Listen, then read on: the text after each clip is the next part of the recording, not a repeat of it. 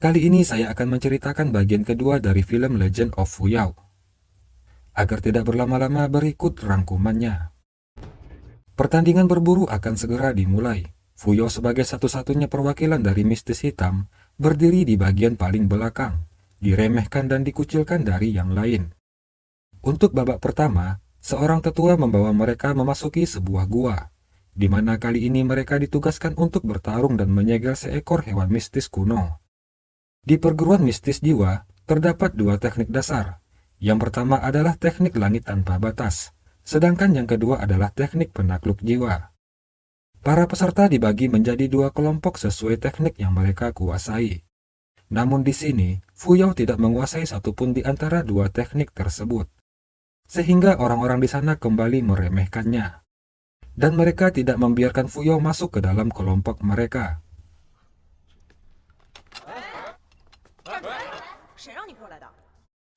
Jing Chen yang melihat ini pun merasa kasihan kepada Fu Yao. Dia mengajaknya untuk masuk ke dalam kelompoknya, dan menyuruh Fu Yao untuk selalu berada di dekatnya agar aman. Fu Yao pun masuk ke dalam tim biru kehijauan, yang mengandalkan jurus langit tanpa batas. Sedangkan tim putih, mereka mengandalkan jurus penakluk jiwa. Ujian babak pertama dimulai. Ketua Yan Li dan yang lainnya pun menunggu di luar. Para peserta mulai menyusuri gua. Tidak lama kemudian, hewan buas tersebut muncul, yang mengakibatkan batu-batu di gua berjatuhan. Ternyata hewan mistis tersebut adalah Ziti, yang sebelumnya pernah dihadapi oleh Fu Yao. Jing Chen yang mengkhawatirkan keselamatan Fu Yao, memintanya untuk bersembunyi, sementara para peserta lain telah banyak yang tumbang oleh makhluk tersebut.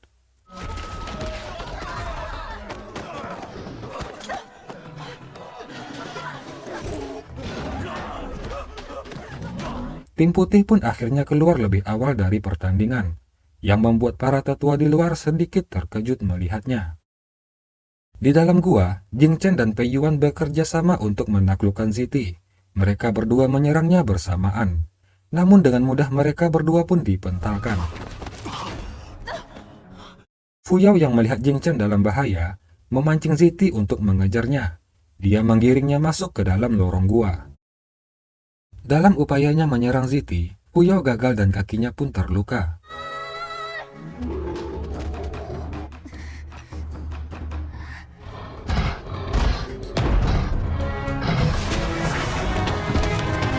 Fu Yao memanjat dinding gua untuk menyelamatkan diri. Dia teringat ketika Xuan Yuan mengalahkan Ziti sebelumnya. Ketika Jing Chen hendak menyerang Ziti, Fu Yao mendahuluinya. Dia mengarahkan pukulannya tepat di kepala Ziti, yang membuatnya seketika menjadi rubuh. Para peserta yang menyaksikannya pun seketika sangat terkejut.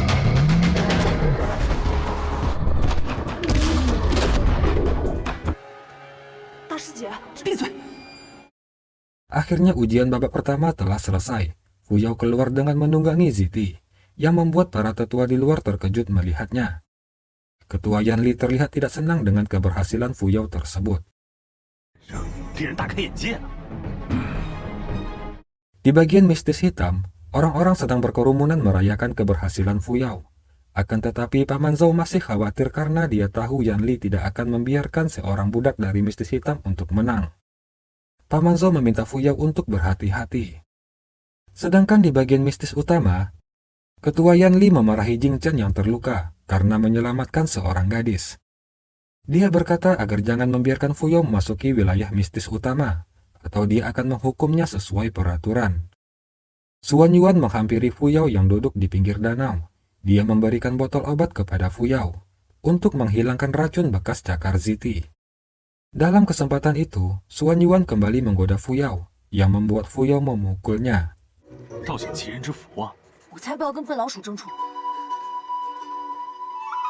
Fu Yao menanyakan identitas Xuan Yuan yang sebenarnya. Sambil berlalu pergi, Xuan Yuan menjawab jika suatu saat dia akan mengatakannya.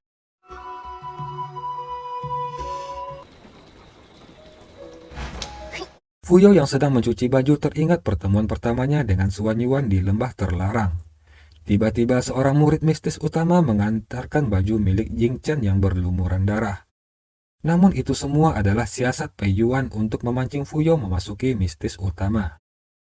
Fuyao yang merasa bersalah karena menjadi penyebab Jing Chen terluka, berniat untuk mendatangi mistis utama.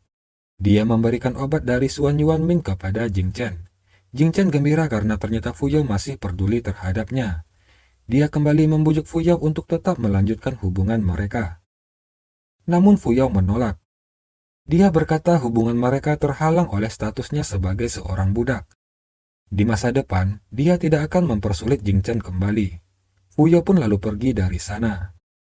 Di depan gerbang aula utama, tiba-tiba Fuyao dikepung oleh orang-orang dari perguruan jiwa mistis yang dipimpin oleh Pei Yuan, di mana sebelumnya dia yang sengaja mengirim seseorang untuk menunjukkan baju berdarah Jing Chen. Karena dengan demikian, dia tahu Fuyao pasti akan menemui Jing Chen. Fuyao didakwah melanggar peraturan karena memasuki bagian mistis utama tanpa izin. Bukan hanya itu saja, Ketua Yan Li juga menuduhnya mencuri obat. Karena sebagai pelayan kecil, tidak mungkin Fuyao bisa mendapatkan obat yang sangat berharga. Fuyao menyangkal jika dia mencuri, tetapi dia tidak bisa mengatakan yang sebenarnya. Karena dia tidak bisa membuktikannya, akhirnya dia dihukum memasuki dunia tanpa emosi. Biar roh leluhur yang menentukan dia bersalah atau tidak. Rombongan Pei Yuan datang ke depan pintu dunia tanpa emosi. Dia sangat senang karena yakin Fuyao tidak akan selamat dari sana. Di tempat lain, Fuyao sudah berada di dunia tanpa emosi yang dipenuhi oleh dinding es. Tiba-tiba muncul 2 buah pisau es yang menembus dada Fuyao, sehingga dia tergantung di dinding gua. Dan perlahan-lahan seluruh tubuhnya membeku diselimuti oleh es.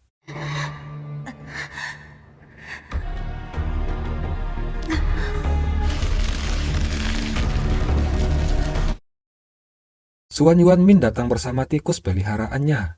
Dia menggunakan kekuatannya untuk mencairkan es dan menyelamatkan Fuyao. Dia terkejut melihat Fuyao ternyata masih hidup menahan dingin yang menusuk tulang. Suan Yuan lalu menggendong Fuyao keluar dari dunia tanpa emosi tersebut. Dia berharap tidak ada lagi yang akan membuat Fuyao kesulitan seperti ini. Seseorang melapor kepada Pei Yuan jika dia melihat Fuyao berhasil keluar dari dunia tanpa emosi. Pei Yuan seketika terkejut dan heran, karena dari dulu belum ada yang pernah selamat dari sana. Fuyao tersadar dari pingsannya. Xiaoqi yang sedang menjaganya segera memanggil Paman Zhou, yang seketika sangat senang melihat Fuyao telah sadar. Diam-diam Jing Chen menguping dari luar, dan dia sangat gembira mengetahui jika Fuyao telah siuman. Babak kedua pertandingan berburu, peserta diharuskan berpasangan, yang mana setiap tim terdiri dari 2 orang, dan diminta mendaftarkan namanya terlebih dahulu di vending langit. Bagi mereka yang tidak menemukan pasangan, akan dipasangkan secara acak. Pagi harinya sebelum pergi, Fuyao menghampiri Paman Zhou. Hingga saat ini, pamannya itu masih mengkhawatirkan keselamatan Fuyao. Dia lalu memberikan tongkatnya kepada Fuyao. Fuyao tersenyum senang. Dia berjanji akan kembali dengan selamat, dan meminta pamannya itu menyiapkan makanan enak untuknya nanti. Seluruh peserta menuju Gunung Jiwa Mistis, namun ada salah satu peserta yang diam-diam pergi ke arah yang berbeda dari peserta lainnya. Seseorang melapor kepada Ketua Yan Li jika dia telah mengatur Aceng untuk dipasangkan dengan Fuyao, dan nantinya Aceng akan meninggalkan Fuyao sendiri terjebak di area pertandingan. Seorang pelayan mengantarkan makanan ke kamar Suan Yuanmin, namun dia tidak menemuinya di sana. Dia segera memanggil para pengawal. Mereka memutuskan untuk mencari Suan Yuanmin sebelum melaporkannya kepada Qi Zhen. Ketua Yan Li menjelaskan jika 2 grup yang berdiri di atas balok penyeimbang. Mereka harus bersaing memperebutkan payung tulang naga yang ditempatkan di tengah, dan selanjutnya bisa kembali ke tanah. Waktu permainan adalah 1 dupa naga. Grup yang tidak berhasil mendapatkan payung naga akan tereliminasi. Fuyao naik ke bilah penyeimbang, begitupun Jing Chen dan Pei Yuan. Para peserta saling bertarung antar tim dalam 1 bilah penyeimbang.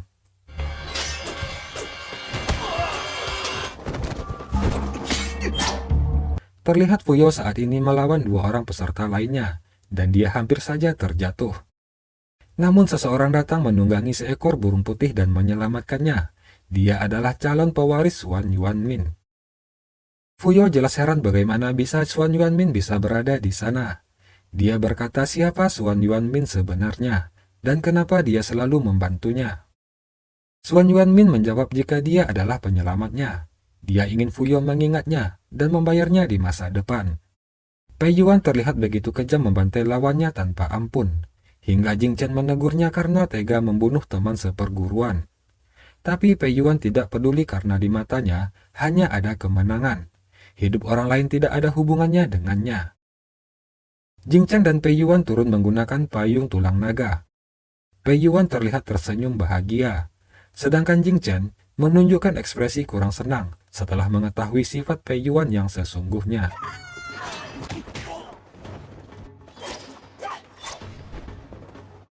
Di sisi lain, Fuyao hampir terlempar keluar dari bilah penyeimbang. Dan lagi-lagi Xuan Yuanmin membantunya. Mereka pun lalu mengalahkan lawan yang tersisa. Fuyao senang karena telah berhasil mengeluarkan payung tulang naga. Namun belum sempat dia menangkapnya, Xuan Yuanmin lebih dahulu meraih payung tersebut, sekaligus meraih Fuyao ke dalam dekapannya. Mereka pun turun bersama-sama. Namun tiba-tiba, payung yang mereka gunakan robek. Untuk menyelamatkan Fuyao, Xuan Yuanmin melemparkannya ke arah danau. Namun ternyata dia tidak bisa berenang, sehingga dia tenggelam dan tak sadarkan diri. Sedangkan tongkat kayu pemberian Paman Zhou secara ajaib berubah menjadi sebuah tongkat besi, dan jatuh tepat di tengah-tengah sebuah hologram berbentuk lingkaran.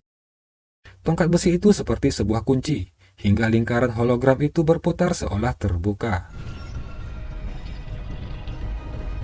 Tiba-tiba tubuh Fuyao melayang di atas dan terjatuh tepat di atas lingkaran hologram. Dia tersadar dan berusaha berdiri. Beberapa saat kemudian, muncul beberapa manusia air. Dan di tangan Fuyao tiba-tiba tercipta sebilah pedang. Manusia-manusia air tersebut menyerang Fuyao dan menembus tubuhnya, hingga Fuyao akhirnya jatuh dan tak sadarkan diri.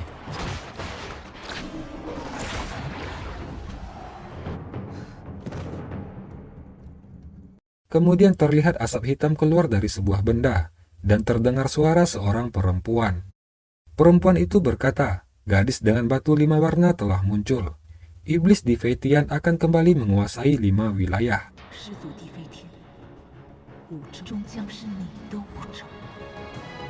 Lilin naga api akhirnya padam. Ketua Yan Li mengumumkan jika permainan babak kedua telah berakhir. Jing Chen terlihat sangat khawatir karena Fuyao belum muncul. Di tempat lain, diperlihatkan Fuyao ternyata selamat. Dia sedang diobati oleh tabib Zong. Dalam tidurnya dia bermimpi ketika sedang berlatih pedang di hologram. Tiba-tiba Fuyao terbangun. Dia terkejut mengetahui tiba-tiba dia telah berada di kamarnya. Dia tidak bisa mengingat apa yang telah terjadi sebelumnya. Tabib Zong berkata jika luka Fuyao tidak terlalu serius, dia hanya butuh istirahat untuk segera pulih. Lalu tabib itu pun pergi dari sana. Qizhen menanyai Xuan Yuanmin tentang peristiwa menghilangnya dia kemarin. Namun di sini Xuan Yuanmin hanya seperti acuh tak acuh menanggapi pertanyaan Qizhen. Tiba-tiba Fuyao datang di kediaman Xuan Yuanmin. Dia memintanya untuk berbicara dengan Xuan Yuanmin. Xuan Yuanmin berdiri menghampiri Fuyao. Dia bertanya bagaimana keadaannya. Qizhen lalu pamit dari ruangan tersebut. Di luar, Qizhen menyuruh Yun Hen untuk menyelidiki hubungan Xuan Yuanmin dengan Fuyao. Fuyao bertanya, apakah Xuan Yuanmin yang telah menyelamatkannya dari danau sebelumnya.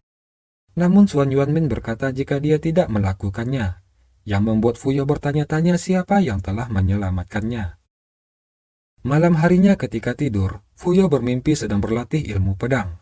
Keesokan paginya dia dikagetkan karena dia terbangun di bawah pohon di tengah hutan.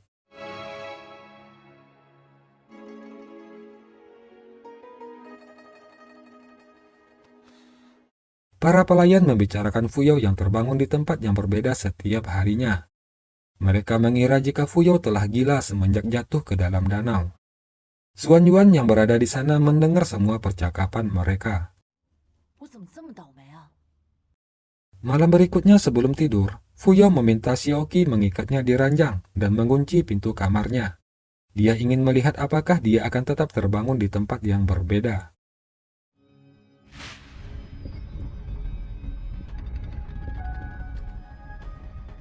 Namun ternyata Fuyao terbangun dengan pedang di tangannya di tepi sungai. Di bawah guyuran air hujan, muncul manusia air. Fuyao pun lalu bertarung dengan mereka.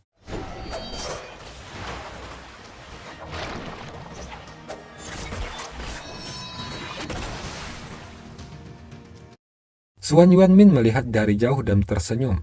Di matanya, dia hanya melihat Fuyao seorang diri sedang berlatih pedang. Namun manusia air tersebut seolah tak ada habisnya, sehingga Fuyao pun menjadi kelelahan.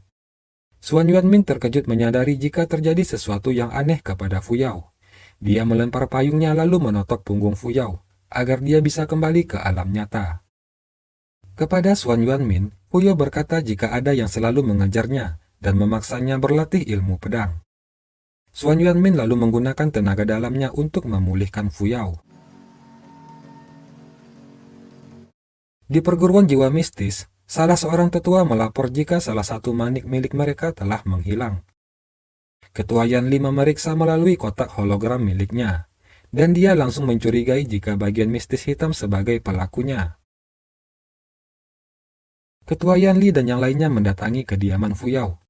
Dia meminta mereka untuk menyerahkan maniknya.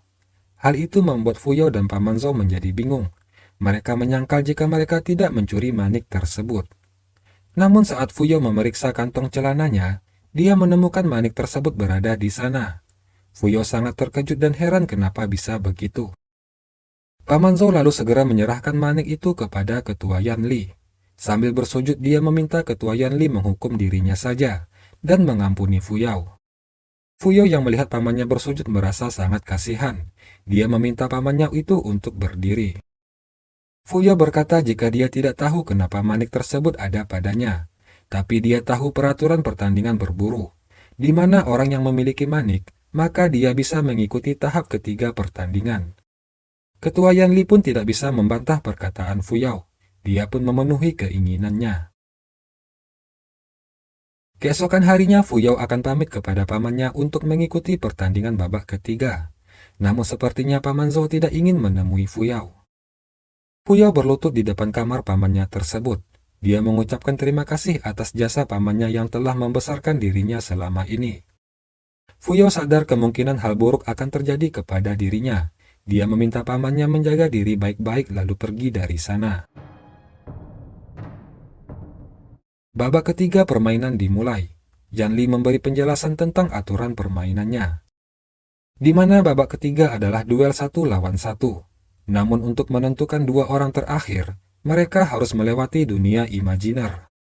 Lilin naga dengan 12 warna mewakili 12 peserta. Dua lilin terakhir mewakili dua peserta yang lolos dari dunia imajiner dan akan melanjutkan ke babak terakhir. Satu persatu peserta mulai berjatuhan. Pei Yuan pun juga gugur dalam ujian tersebut.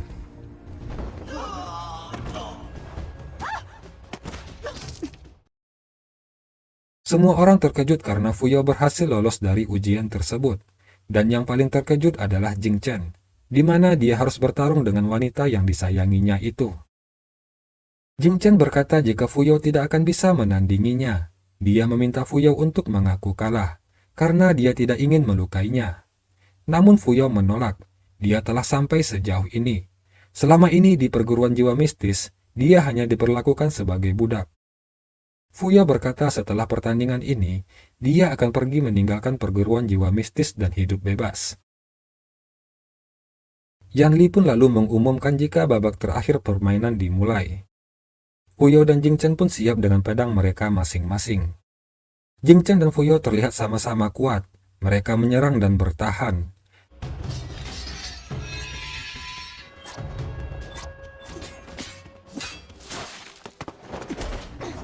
Namun tidak disangka, Fuyao ternyata lebih unggul. Dia mampu merebut pedang Jing Chen. Semua orang terkejut melihat Fuyao berhasil meletakkan pedangnya di leher Jing Chen.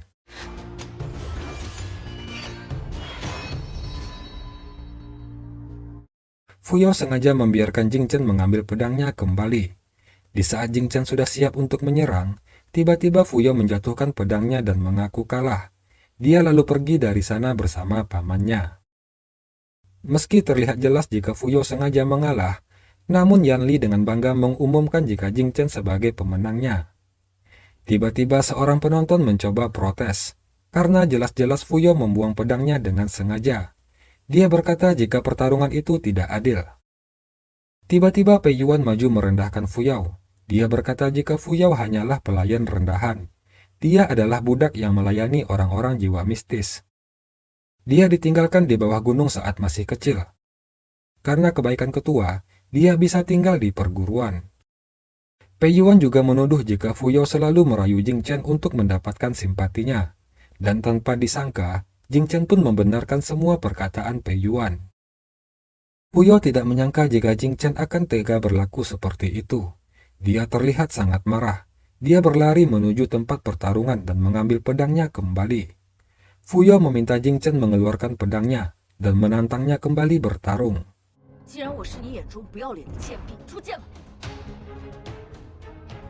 Kali ini Fuyao benar-benar menunjukkan semua kemampuannya, sehingga Jing Chen sebagai murid tertua perguruan terlihat tidak memiliki kemampuan apa-apa.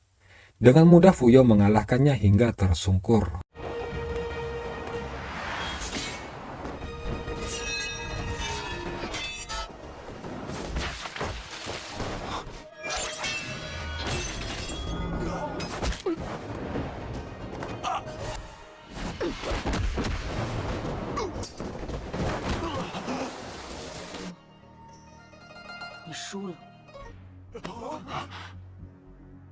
Namun tiba-tiba dari belakang Yanli memukul punggung Fuyao hingga dia terjatuh tak sadarkan diri.